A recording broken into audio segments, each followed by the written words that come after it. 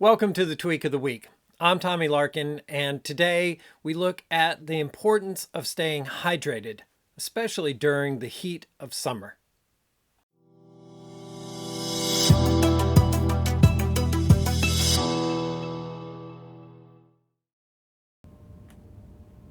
Welcome back, and thank you for joining me. As we move right into summer, the heat and humidity associated with this wonderful time of year can quickly drain our bodies of needed fluids, making us feel dehydrated.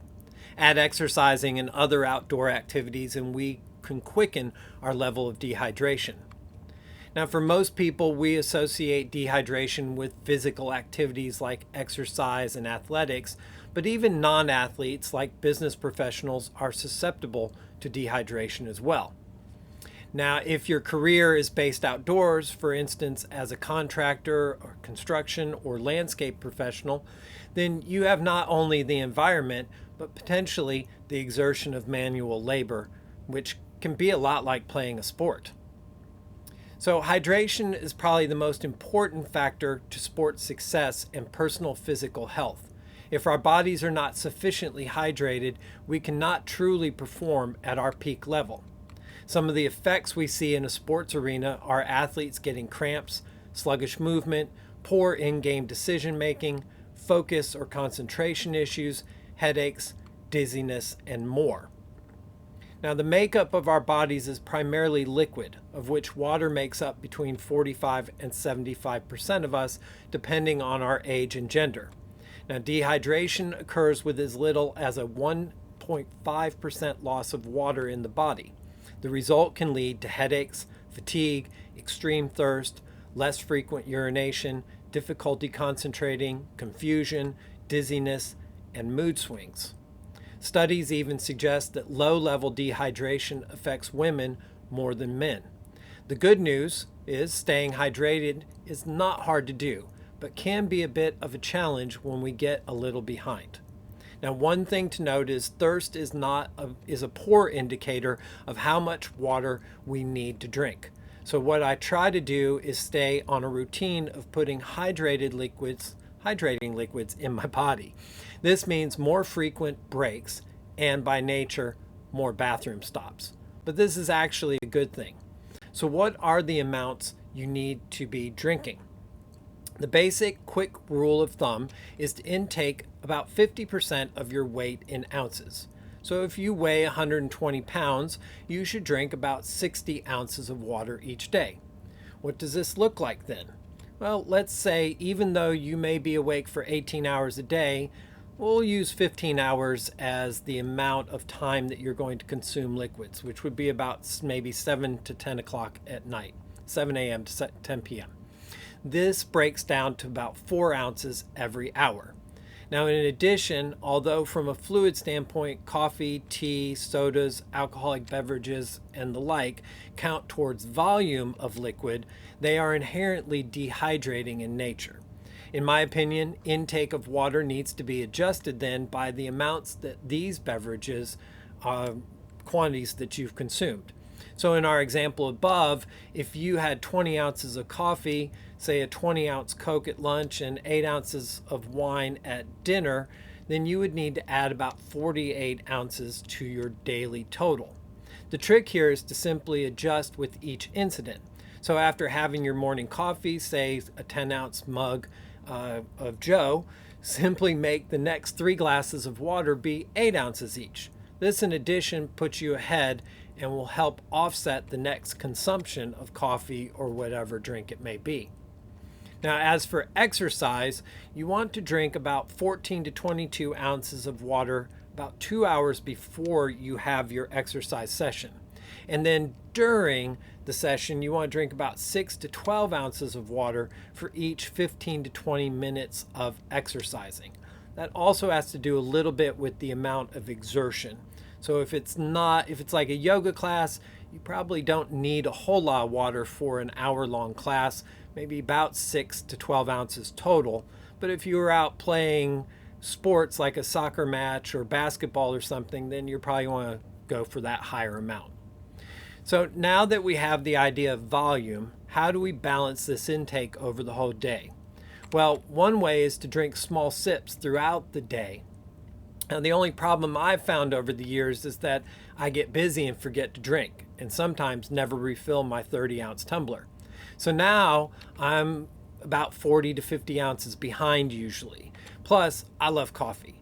So now I'm even more in arrears. So I actually do my best to drink enough to go to the bathroom about every 60 to 75 minutes.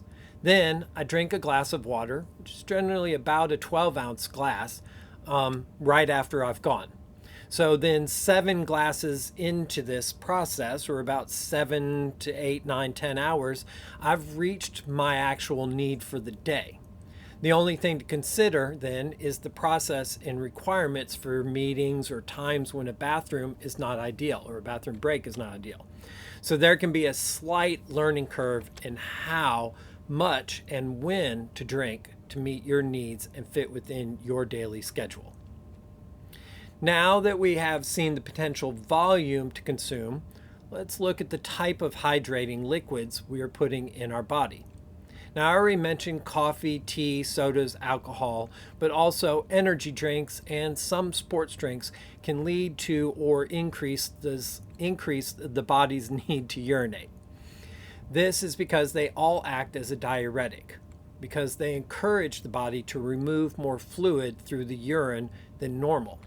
With alcohol, it's trying to push the alcohol on through so that we don't have those adverse effects of alcohol, which is also a dehydrating effect. Now, in addition, carbonated water and non-caffeinated drinks can do the same thing, but also encourage the body to leach minerals from the bones, which water by itself in excess can also do. So, what are good liquids to drink and keep us hydrated? Water alone is fine. However, as I just mentioned, an excess amount of water will start to leach minerals from the bones, which can then lead to the bone issues that we might see, like osteopenia and eventually maybe osteoporosis. However, water can be supercharged, which can then delay or offset these leaching issues by simply adding a carrier. Now, the first carrier you can look at is salt. Now, adding a pinch of salt, which acts as a sponge and tells our body to hold onto the water, makes and utilizes the water more efficiently before releasing it through the urination. Important here is to use Celtic sea salt or the pink Himalayan salt, because they provide over 75 trace minerals that are essential to the body to function properly. It's very, very important to not use table salt, especially table salt that has the iodine in it. And the reason is because that salt's been virtually stripped of mineral value. The next option is to add a lemon wedge, which makes your water taste a little bit better too. So a little squeeze of a lemon wedge in your water, and then you just drink it and you just keep refilling that glass or that tumbler with the lemon already in it. You don't need to re-squeeze it. That can become an excess of lemon, which has other stuff that is not pertinent to this conversation. Now, cucumber slices are great as well. I like to do 3 or 4 thin slices in my water, and then I love to eat them later at the end when I'm done with it. Mint is also great. Both of those are cooling as well, mint and cucumber. And so I drop some mint in the bottom of my tumbler. I mull it up a little bit with a little bit of water, and then I just fill it up and drink the rest of it. And again, the mint's great to eat as well and freshens your breath. But probably one of the best hydrators is milk. Some studies even say it may be better than water. Ideally, you should drink organic, grass-fed whole milk, right? Or if you can get it, raw milk. But regardless, milk is great because it's got higher sugar lactose. It has a better fat. The whole milk has a better fat content to it and protein. And the sodium content helps to slow the emptying of liquids from the stomach, which keeps hydration happening longer. The next one I have on my list is coconut water. Like milk, can potentially be a better hydration option than plain water. With natural electrolytes, natural sugars, and sodium, it is a better alternative to commercial sports drinks. The next one on our list is fruit juices. which can be hydrating through their natural sugars, but can also spike our energy levels. So be mindful of adding too much juice or just drinking straight juices. So it's best to add juice to your water, and I like the 1:4 or 1:6 ratios depending on my previous or current activity levels. Now, although I do love a lemon lime Gatorade once in a while, these types of sports drinks are filled with artificial sweeteners, high sodium values, and other chemicals which I can't pronounce or begin to spell. Not to mention food dyes like red number 40, yellow number 5, and blue, which have been linked to issues like ADHD, cancers, and thyroid issues. So if it's all that's available, okay, but you're better off, in my opinion and recommendation, going for the natural alternatives listed above. Plus, water is by all means the best hydration that we have available at all times. Now, if you like flavor to your water, you can try this little simple drink that we make here at our house that we call Happy Juice. It started as a drink for Tors when he was a toddler and Mommy-O and Daddo were having a cocktail before dinner. So get a 12-ounce glass and you're going to fill it with ice, and then add 2 ounces of orange juice, 2 ounces of apple juice, an ounce of cranberry juice, and 2 ounces of sparkling water if you like that effervescent feeling. And then fill with plain water. Mix and enjoy. It keeps you hydrated and is a great non-alcoholic beverage when you are the designated driver. Now, in addition to liquids, as listed above, we can gain hydration through foods as well. Quickly, here are 8 hydration amplifying foods in order from their highest hydration level to the lowest. Lettuces, cucumbers, watermelon, strawberries, grapefruit, cantaloupe, raspberries, and oranges. Now, one thing to note there is those all have 90% hydration qualities to them. So I didn't even go very low in the list. I think oranges is like 91 or 92% hydrating. And then one last thing to be aware of when consuming large quantities of proteins. One needs a greater consumption of fluids. Up to 7 times more water is needed to metabolize proteins over fats and carbohydrates. So if you're supplementing your workouts with protein shakes or protein bars or increased higher protein meats like red meats, you need to increase your hydration amounts. A dehydration change of just 3% can impair performance, both in the gym or class, on the field of play, and even at work. So I recommend increasing your ounces of hydration liquids by about 5% to help balance a higher protein diet.